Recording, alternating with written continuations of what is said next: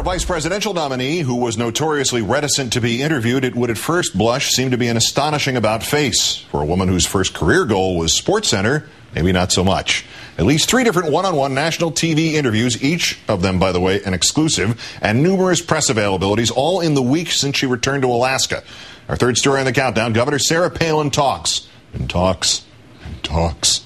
On Friday, she told our Alaska affiliate that the RNC clothing had been picked up by a staffer. Over the weekend, she told Fox it had all been sent back. Then Monday, after her father revealed that the governor had spent Saturday sorting through the clothing, she elaborated on the story to our Matt Lauer.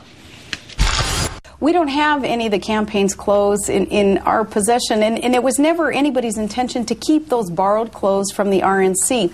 When staffers traveled with us from the lower 48 up to Alaska, and we had boxes of campaign stuff, which include like stickers and campaign buttons and hats and T-shirts, loading all that stuff back up after emptying the belly of the plane of all this stuff, and that took place in our living room over the past couple of days. We put it all in boxes, put it in the FedEx plane, and sent it back. So the stuff that was all packed up Friday and shipped out Sunday, she just went through it all over the past couple of days. As to those pesky rumors about her behavior prior to the campaign, one of the examples that they gave was the media was just sure that one of the books I tried to ban was Harry Potter. Of course, it hadn't even been written when I was the mayor of Wasilla. Except she was mayor of Wasilla from 1996 till 2002, during which time the first 4 Harry Potter books were published in the U.S., the first of them in 1998. And then rumors right off the bat, too, that, I was some wacko that as a city manager, I tried to ban the books in our local library, and they listed the books that supposedly I tried to ban. Books like Harry Potter that hadn't even been written when I was the mayor and the manager. Except her resume does not include the title city manager. She was a city councilor until she became mayor, and then according to Salon.com, she hired a city manager. And also, she never fought Muhammad Ali for the heavyweight championship. Also, as to some of the other rumors that had floated around her candidacy, there were whispers when it was revealed that Bristol was pregnant that she and Levi were going to get married because of political reasons. That this was the politically correct thing to have happen. Well, there again, lots of rumor, lots of speculation. But at the same time, when those darts and those arrows started flying, I knew still, though, that we were on the right path in terms of offering ourselves up, me, my family, in the name of service to our country. I don't want to interrupt while you're waving the flag, Governor, but did I miss it or did you not answer that question?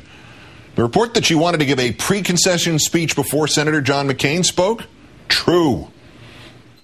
So you walked up and you said to somebody in the campaign, look, I've got these comments I'd like to make. I want to, as you say, brag on him a little bit. Yeah. Who said no? Somebody said no. They said that it would be unprecedented that VP candidates wouldn't introduce someone in a concession speech. And, all I could say was... Were you disappointed? A little bit, because, again, not for me personally to get to be up there on a stage and give one last speech, but to be able to say, this is an American hero. And what about word of bad blood between herself and Senator American Hero?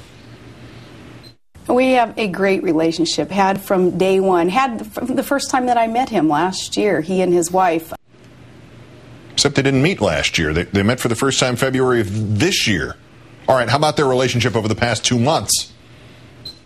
Never once was there any inkling of tension between the two of us. Perhaps within the campaign there were campaign staffers who... Well, describe that for me. Who was butting heads? I don't even know. That inside baseball stuff regarding the way a campaign works on that level, I certainly didn't get bogged down in any of the potential skirmishes.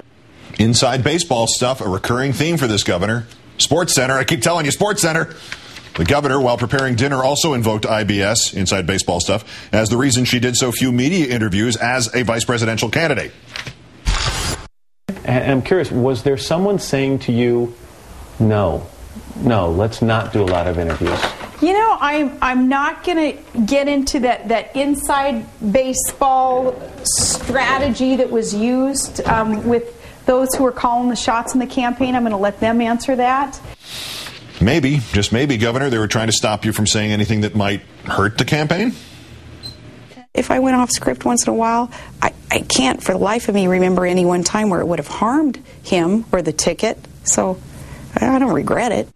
She can't remember one time when going off script harmed McCain or the ticket, even though one of those times reportedly was when the governor launched her own campaign about Bill Ayers, the palin around with terrorist stuff without the consent or knowledge of senior McCain staff. To say nothing of the errata, like the inability to recognize the Bush Doctrine or name any Supreme Court decisions besides Roe v. Wade, or list any newspapers she read, or correctly describe what the vice president did, or the continuing variations on how she is the F word. Sometimes, I consider myself, too, as a feminist, whatever that means. And just as Sarah Palin credited God and the Kenyan witch hunter, Pastor Muti, with paving her way to the governorship and predicted that God's hands would ensure the, quote, right thing was done on November 4th, so she now believes God will show her what might happen in 2012. Well, I don't know who's going to be a part of it. I have faith is a very big part of my life, and putting my life in my Creator's hands. This is what I always do. I'm like, okay, God, if there is an open door for me somewhere, this is what I always pray. I'm like, don't let me miss the open door. Show me where the open door is. And even if it's cracked up a little bit, man, maybe I'll plow right on through that and maybe prematurely plow through it, but don't let me miss an open door. And if there is an open door in 12 or 4 years later, and if it's something that is going to be good for my family, for my state, for my nation, an opportunity for me, then I'll plow through that door.